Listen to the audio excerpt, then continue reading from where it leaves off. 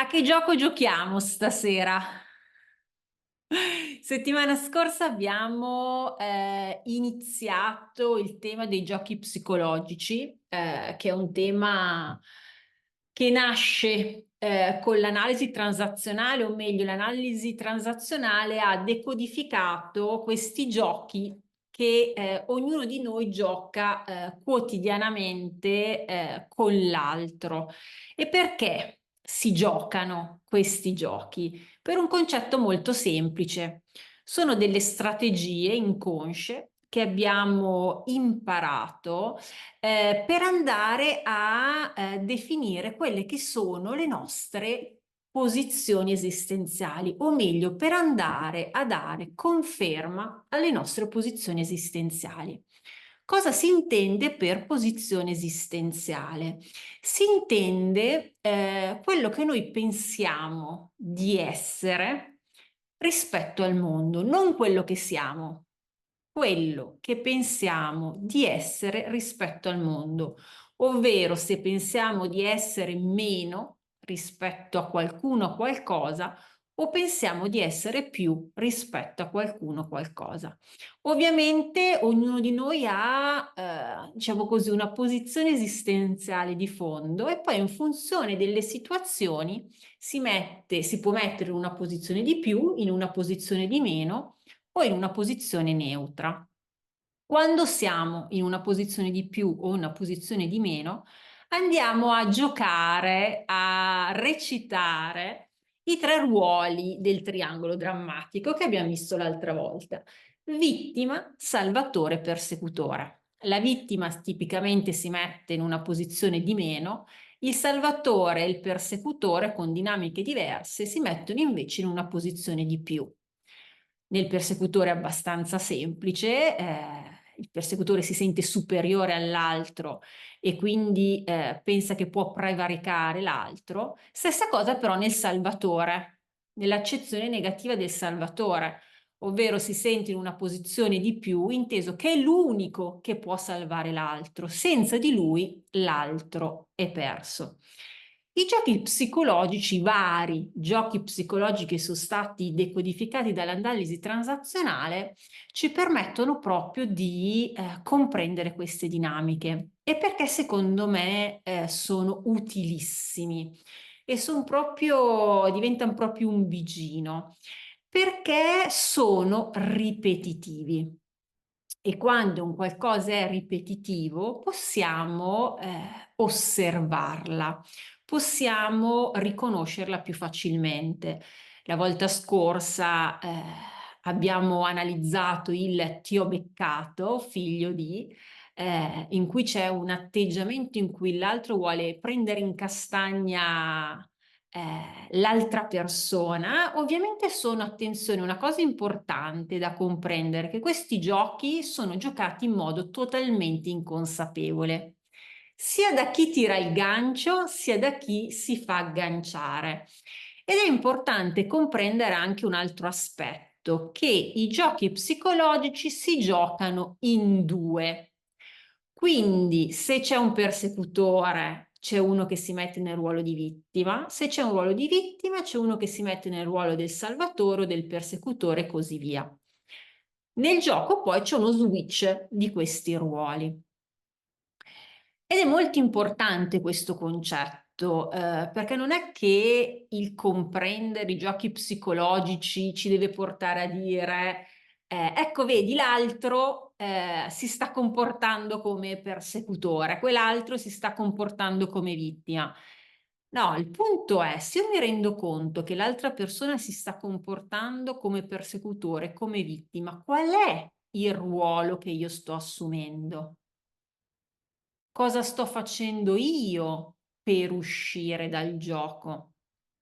Perché la responsabilità è sempre personale e a volte la responsabilità è nel cercare di disinnescare il gioco quando è possibile, di disinnescare il conflitto quando è possibile, di disinnescare delle dinamiche che comprendiamo non essere sane in un determinato momento o a volte anche di fare un passo indietro mettendo un limite di protezione.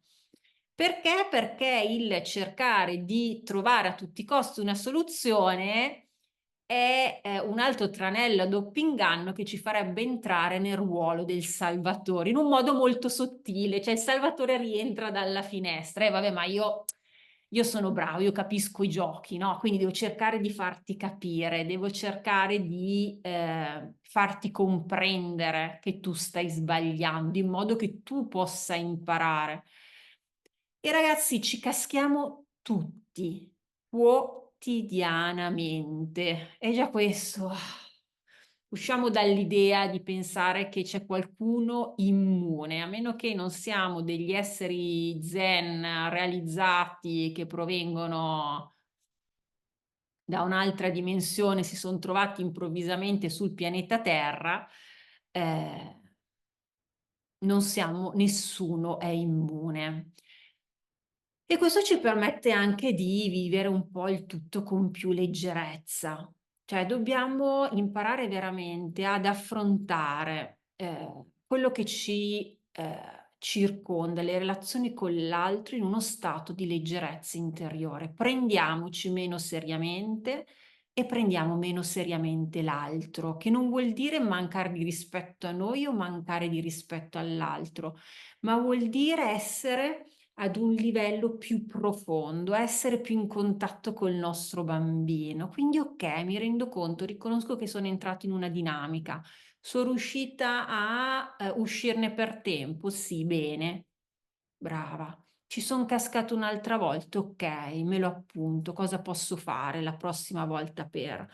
E vedremo proprio stasera come le My Energy Bars ci possono essere d'aiuto in questo caso di ripetizione di un gioco. Stasera, nello specifico, affrontiamo il gioco del povero me. Il gioco del povero me, almeno una volta nella vita l'abbiamo giocato tutti, è impossibile che non l'abbiamo giocato. Sicuramente se non l'abbiamo giocato noi abbiamo trovato qualcuno che lo giocava. Il ruolo del povero me è quel ruolo, è quel gioco, il gioco del povero me è quel gioco, è molto semplice da comprendere, che si innesca tra due persone nel momento che una si sente povera, misera, mi capitano tutte a me. Si sente in uno stato di impotenza. Caspita, ogni giorno me ne capita una. Ogni volta che inizio una relazione va sempre male. Cioè il povero me è abbastanza semplice da identificare. Sono proprio quelle situazioni, quelle persone in cui si trovano, quando si trovano in determinate situazioni, entrano in uno stato vittimistico. Infatti, il povero me, il ruolo principale del povero me è la vittima. Chiara. Il povero me si mette in una posizione di meno. Infatti, la tipica frase è: ma capitano tutte a me. Quindi io meno, vittima, tutti gli altri più fortunati. Quali sono i ruoli antagonisti?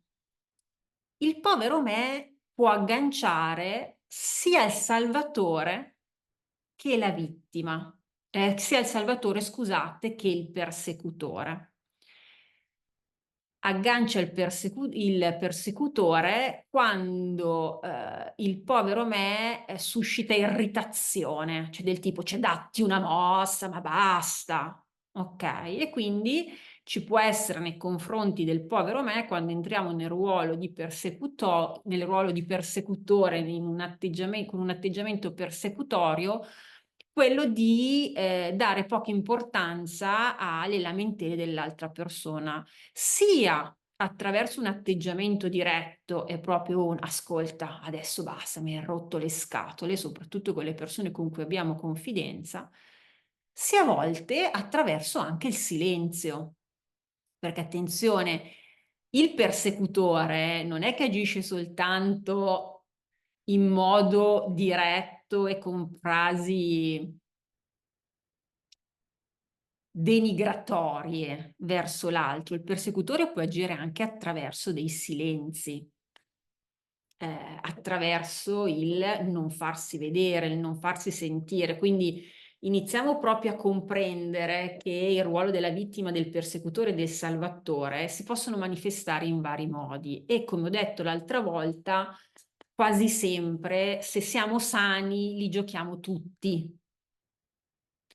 Se perseveriamo in un unico ruolo, vuol dire che siamo cristallizzati in un personaggio, e questo è più problematico. Quindi non temete se li giocate tutti e tre. È sano, meglio giocarli tutti e tre che giocarne solo uno. Poi magari ce ne rendiamo conto di determinati atteggiamenti e non di altri, ma tendenzialmente li giochiamo tutti e tre. Il povero me, nel ruolo di vittima, attiva anche il salvatore. Quindi quelle persone che sono sempre in uno stato di bisogno, di necessità, e trovano sempre qualcuno che si prende cura di loro. Sono sempre alla ricerca di qualcuno che si prende cura di loro. E inconsciamente il Salvatore è alla ricerca dei poveri sé per prendersi cura di loro, per far vedere che lui c'è. Quindi la prima domanda che vi pongo questa sera è proprio di pensare a una situazione in cui voi siete entrati nel ruolo del povero me e quindi siete entrati in questo stato di impotenza, vi siete percepiti proprio impotenti e avete manifestato questa impotenza verso l'esterno. E questo è il primo punto, prima domanda da porsi. Qual è stata l'ultima volta in cui mi sono sentita impotente, mi sono sentita povera, non economicamente, può essere anche povera di energia? Concentriamoci su cose piccole. Non pensiamo che i giochi psicologici si manifestano in situazioni eclatanti, anche e soprattutto, ma quelle sono facili da riconoscere. Dobbiamo diventare proprio degli osservatori attenti nelle situazioni più piccole. Faccio un esempio banale.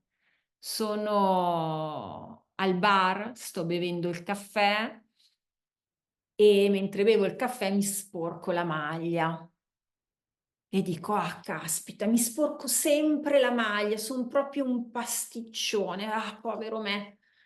Ecco, questo qui è anche il gioco del pasticcione, che è un altro gioco che vedremo più avanti. Proprio con questo atteggiamento vittimistico che io ho nei confronti di me stesso e del mondo. E poi vi chiedo cosa suscita in voi questo tipo di atteggiamento. Quando avete di fronte una persona che entra in uno stato di vittima, che continua a lamentarsi, che continua a piangersi addosso, che non vede le soluzioni che magari cercate di proporgli, qual è il ruolo dominante che voi assumete? Entrate più in uno stato di protezione e di voglia di trovare per lui una soluzione, di scuoterlo, ma nel dargli dei consigli, e lì bisogna fare attenzione a non entrare nel gioco del sì ma, ovvero entrate nel salvatore che cerca di dare dei consigli, ma l'altra persona, volendo rimanere nel suo ruolo, continua ad obiettare. Quindi potresti fare questo, sì, ma c'è questo problema, ma allora potresti fare quest'altro, eh sì, ma però se faccio quest'altro poi dopo c'è quest'altro problema.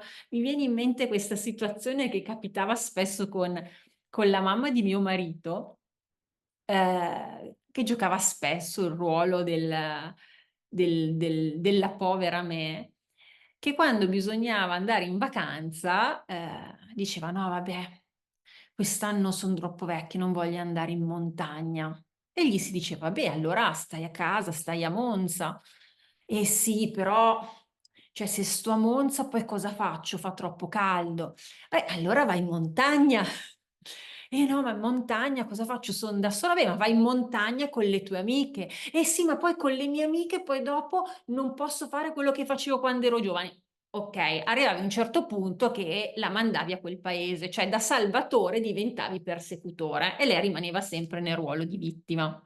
Ecco, queste son le dinamiche che dovete osservare. Osservate proprio il dialogo con l'altro, soprattutto quando siete in uno stato emotivo acceso, e le parole che vengono utilizzate, che sono fondamentali.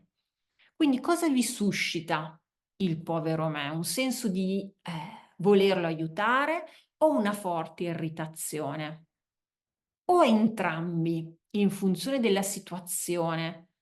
Magari faccio un esempio: se una persona si lamenta della sua salute fisica, magari entrate più in uno stato di salvatore.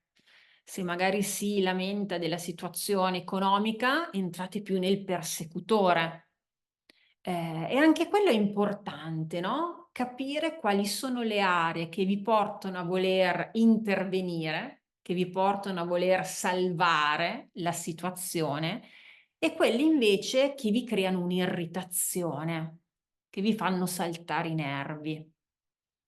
Questa è una questione di principio. Principio di chi? Genitore normativo. Quando c'abbiamo i principi in testa solitamente sono i comandi del genitore normativo. Quindi è proprio fondamentale, osservarsi. Quando si è nella posizione del povero me, si è in una posizione di depotenziamento. Io parto da una credenza di fondo. Io non sono capace, io non posso, io non riesco. Io non sono consapevole del mio potere personale. Perché? Perché se fossi consapevole del mio potere personale, allora cercherei una soluzione, inizierei a muovermi.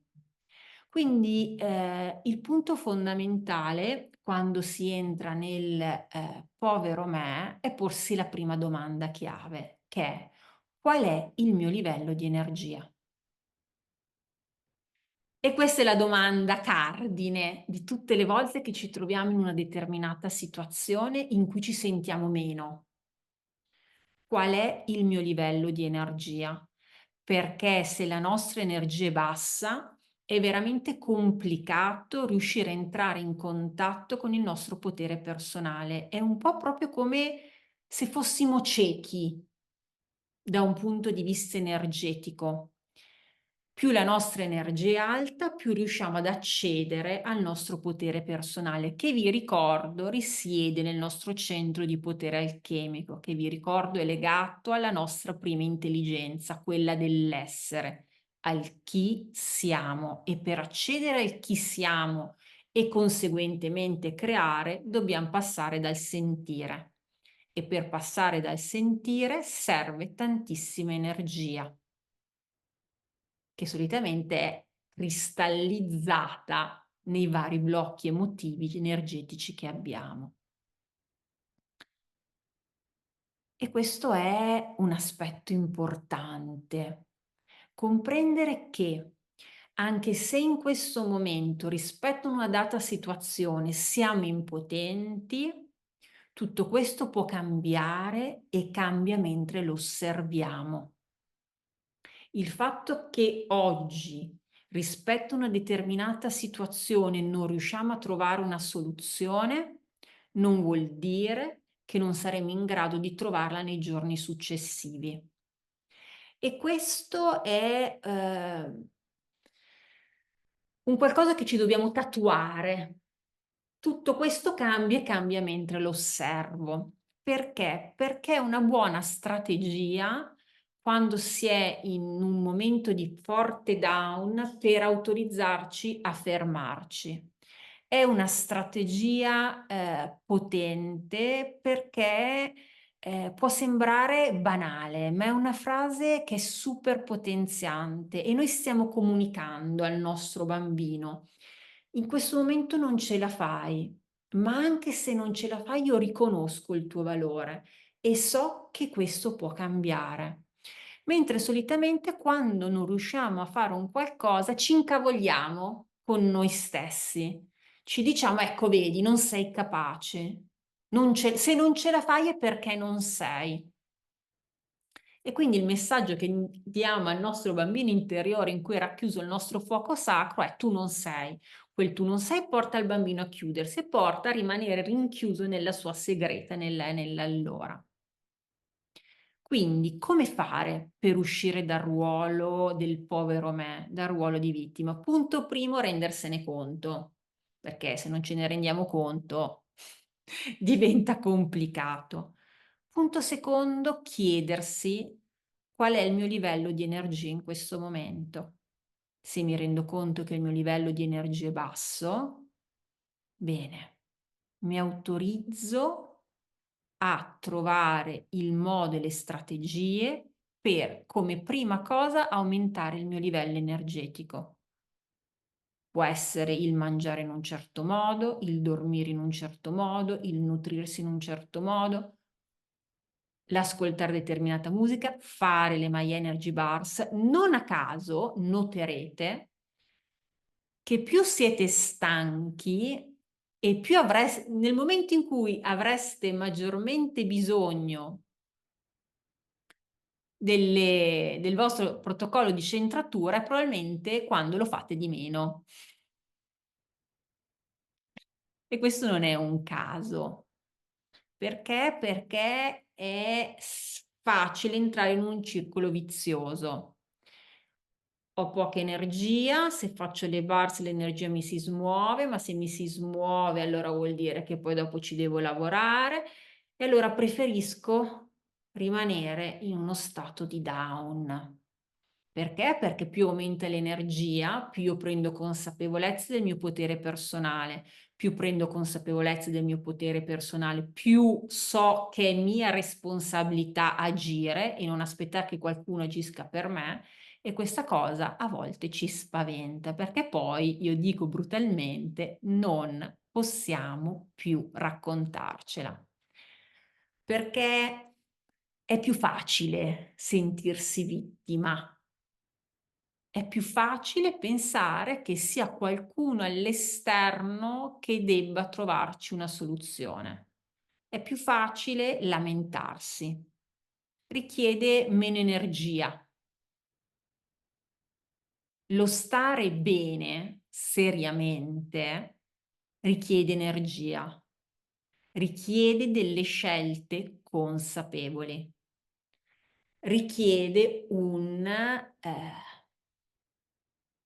autorizzarsi a stare bene, richiede una presa di consapevolezza del nostro valore.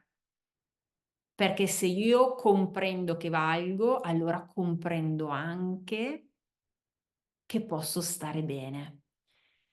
E sembran delle banalità, ed oggettivamente lo sono a livello teorico,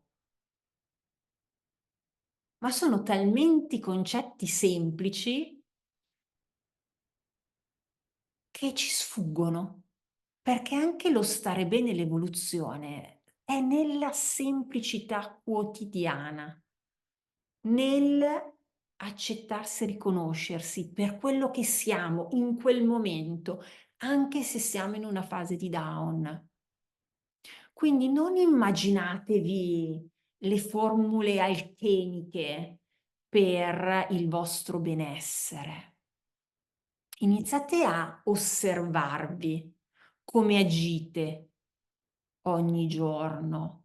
Iniziate a osservarvi se entrate frequentemente in questo ruolo del povero me.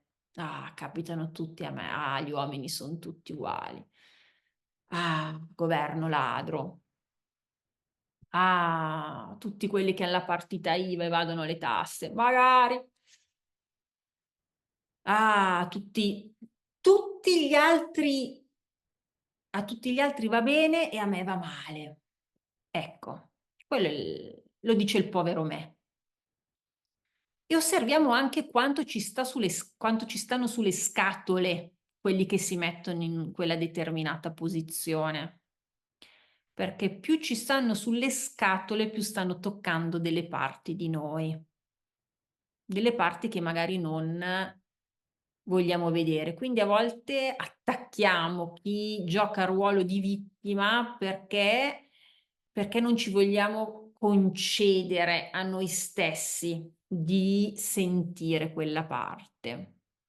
E a volte quando ci son quelle persone che giocano quel ruolo, la strategia è quella, se siamo tendenti al salvatore, di chiedere a lui quale può esser la soluzione, non noi dargliela a lui, perché la nostra soluzione è nostra, potrebbe essere per lui non coerente. Quindi aiutarlo a trovare una soluzione attraverso un'analisi di realtà, e una soluzione c'è quasi sempre.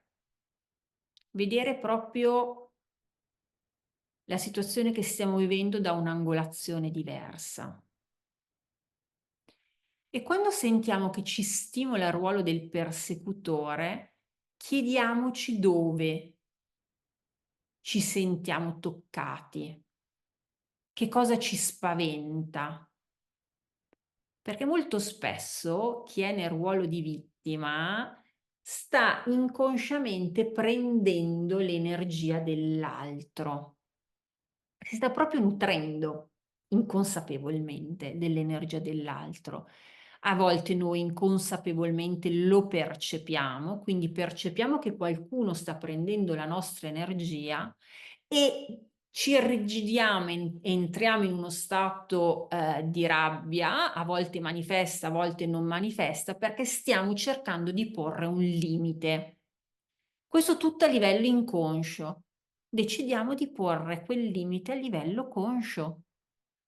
Quindi se percepiamo che l'atteggiamento di quella persona ci sta depotenziando ed è fine a se stessa e che quella persona una soluzione non la vuole trovare, con assertività si prende le distanze dove è possibile farlo. Dove non è possibile farlo, e spesso succede in determinati luoghi di lavoro o anche in famiglia, bisogna trovare il modo di aumentare la nostra energia, perché più alta è la nostra energia, più riusciamo a non farci agganciare da determinati giochi. Bene, bene. Come ci possono essere d'aiuto le My Energy Bars in questo gioco, nel gioco del povero me? Ci possono essere d'aiuto nel, aiutarci, scusate il gioco di parole, a diventare consapevoli del nostro potere personale. E attenzione, essere consapevoli del nostro potere personale non vuol dire essere dei supereroi che non hanno problemi e affrontano tutto, e tutti in modo impavido. Vuol dire essere consapevoli che se stiamo vivendo una situazione depotenziante, una situazione difficile nel qui ed ora, abbiamo la capacità di modificare quello che è il flusso degli eventi e di trovarci nel luogo giusto, al tempo giusto, con le persone giuste. E qui entra in gioco un'altra variabile importante, che è la variabile tempo. Perché a volte, si pensa che questo potere personale sia un po' la tutina di Wonder Woman e, accedere a questa nostra risorsa vuol dire non avere più problemi. Vuol dire non entrare più in determinate dinamiche, vuol dire diventare un mezzo asceta e essere sempre in una condizione super zen. Ma ragazzi, ma non usciamo da quest'idea. Ringraziando Dio siamo esseri umani che hanno delle dinamiche emotive, che hanno delle dinamiche relazionali complesse. Questo non deve portare a giustificare ogni atteggiamento che noi abbiamo, perché non dobbiamo neanche cadere dall'altra parte, no? Ah beh, allora, cioè, giustifico tutto quello che faccio, tutto quello che dico in funzione del fatto che comunque sono qui per imparare, no? Sempre l'equilibrio sta nel mezzo delle due cose. E quindi stasera mi piacerebbe far con voi un semplice protocollo di centratura che potete svolgere proprio la mattina. E in questo protocollo di centratura andiamo proprio a collegarci con il nostro fuoco, con il nostro potere personale, con il nostro io sono, l'io sento e l'io creo, con chi sono, al di là di tutta la programmazione che c'è stata in questa esistenza, al di là di tutta la programmazione che c'è stata a livello anche generazionale. Chi sono? Chi sono io? Chi anima il mio corpo in questo momento? Che è stata data l'etichetta Milena Battaglia. Ma cosa anima quello che c'è dentro di me?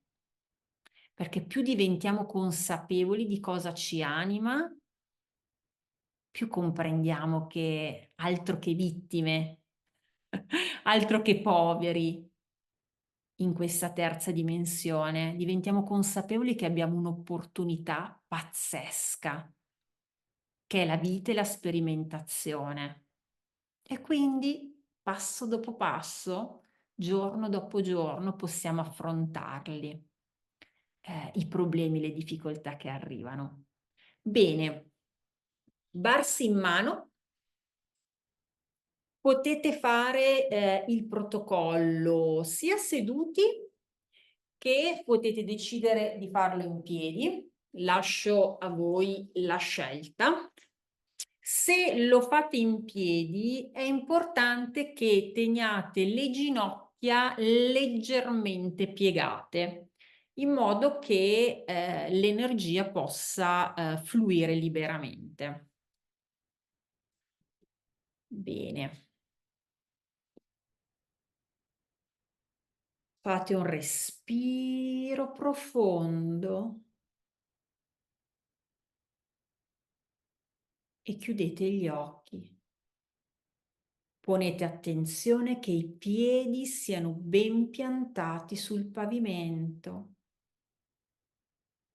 la colonna sia dritta, il mento parallelo al pavimento e per fare questo spingete le scapole verso il basso e la testa verso l'alto.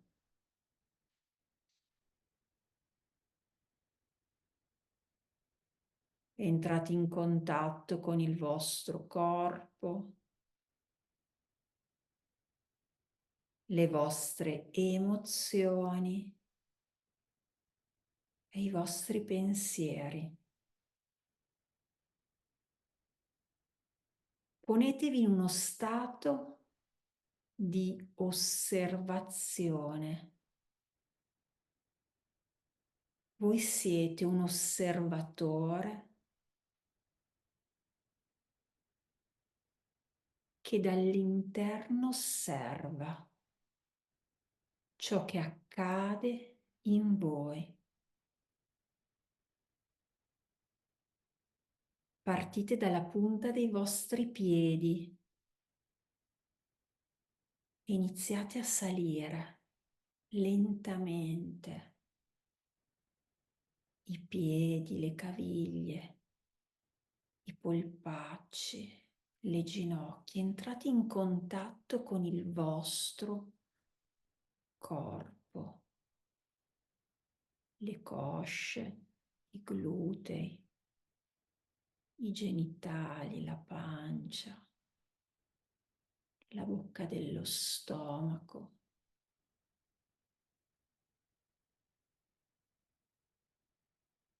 il petto, e a salire i lombari, la schiena, il collo, le spalle,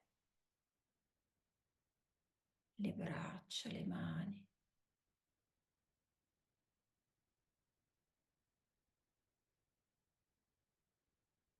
Il collo, la testa, la fronte, gli occhi, il naso, la bocca, la gola.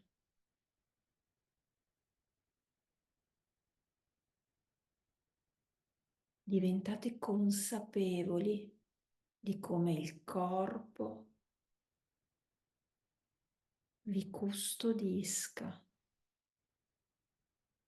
di come sia un limite tra il vostro mondo interno e il vostro mondo esterno.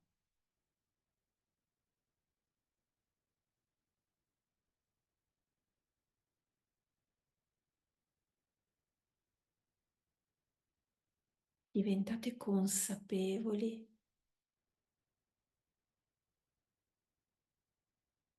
della grazia immensa che questo corpo vi dona. Vi permette di muovervi nello spazio, vi permette di vedere, vi permette di sentire i suoni, gli odori, vi protegge dal vento, dal caldo, dal freddo.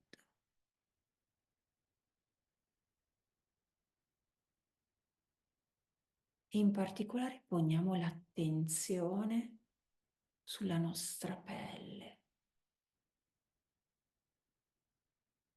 questa tuta meravigliosa che ci ricopre centimetro dopo centimetro.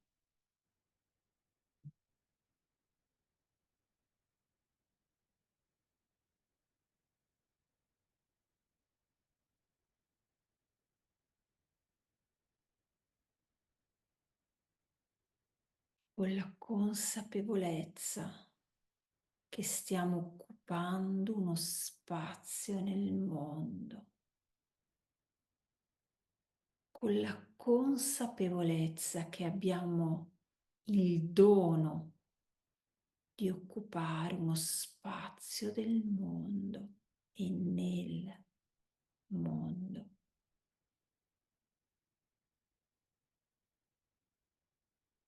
Diventiamo consapevoli dei nostri 3 centri di potere: il centro dell'essere, del sentire e del creare. Immaginiamo un fascio di colore argento che dal centro della terra sale, entra dal vostro perineo e attiva il primo, il secondo, il terzo centro. Fuoriesce dal perineo e si espande nel centro della galassia. E dal centro della galassia arriva un fascio di colore oro brillante che attiva il terzo, il secondo, il primo centro. Fuoriesce dal perineo e si espande nel centro della terra.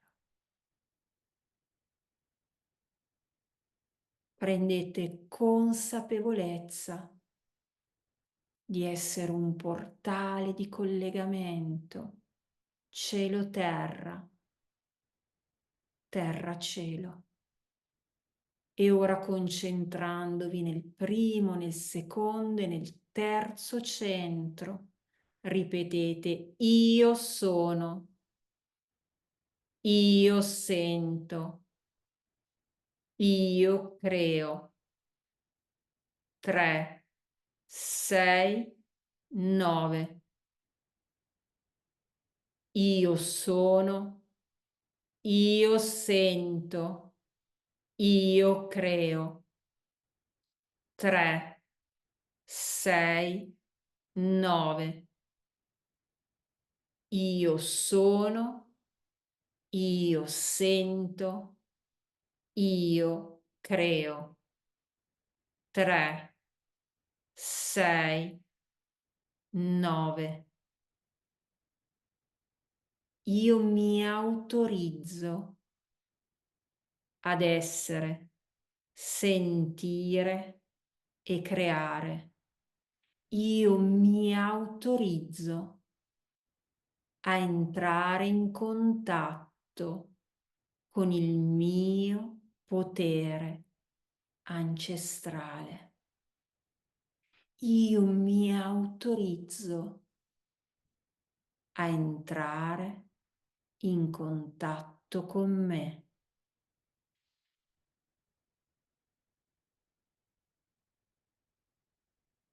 Fate un respiro profondo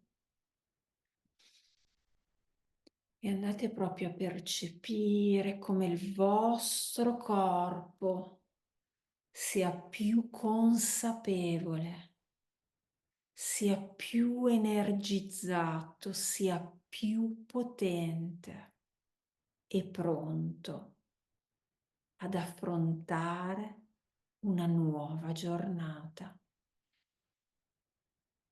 E quando volete, ognuno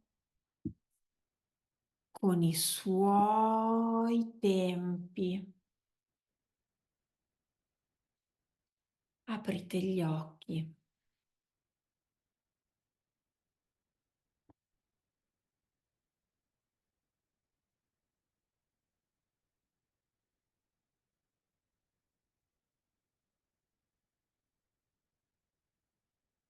Bene, bene.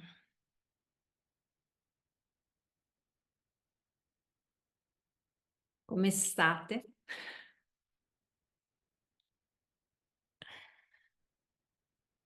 Bene.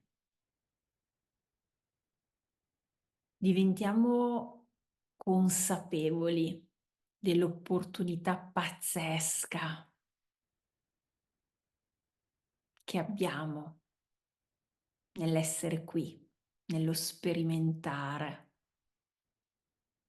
È che l'illusione del corpo è potente.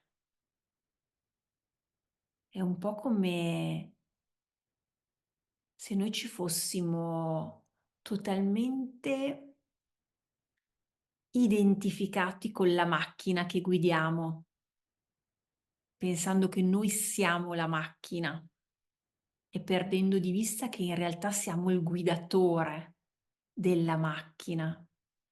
E in qualità di guidatore possiamo scegliere la direzione, possiamo scegliere la velocità e può essere che per un certo periodo non ci siano alternative, un po' come quando ci mettiamo nell'autostrada e non possiamo uscire, ma c'è una certezza che arrivato a un certo punto sicuramente ci sarà uno svincolo che possiamo prendere.